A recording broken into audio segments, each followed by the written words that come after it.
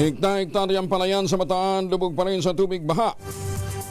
Detalye ng balita mula kay Danny Kumilang, RH37. Danny, good morning.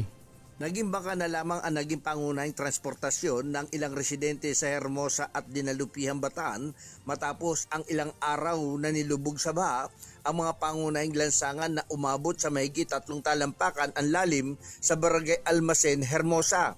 Mahigit 80 hektaryang palayan ang napinsala dahil sa magkakasunod na pag-ulan dulot ng bagyong Maymay at Habagat. Batay sa Bataan PDRRMO, mahigit 1.5 milyon halaga ang napinsala sa palayan na nakaapekto sa 146 na magsasaka sa Luacan, Pagalanggang at San Simon sa Dinalupihan, bukod pa sa mga palayang lubog sa baha sa Hermosa. Ayon dito kay Kagawad Doming Aguilar ng Barangay Kataning, halos 1 linggo nang nakababad sa baha ang mga bagong tanim na palay at nanganganib bulok kung magpapatuloy pa aniya ang pag-ulan. Samantala, 48 barangay sa Bataan ang apektado ng pagbaha habang 309 pamilya o 1,017 individual ang nasa 32 evacuation center.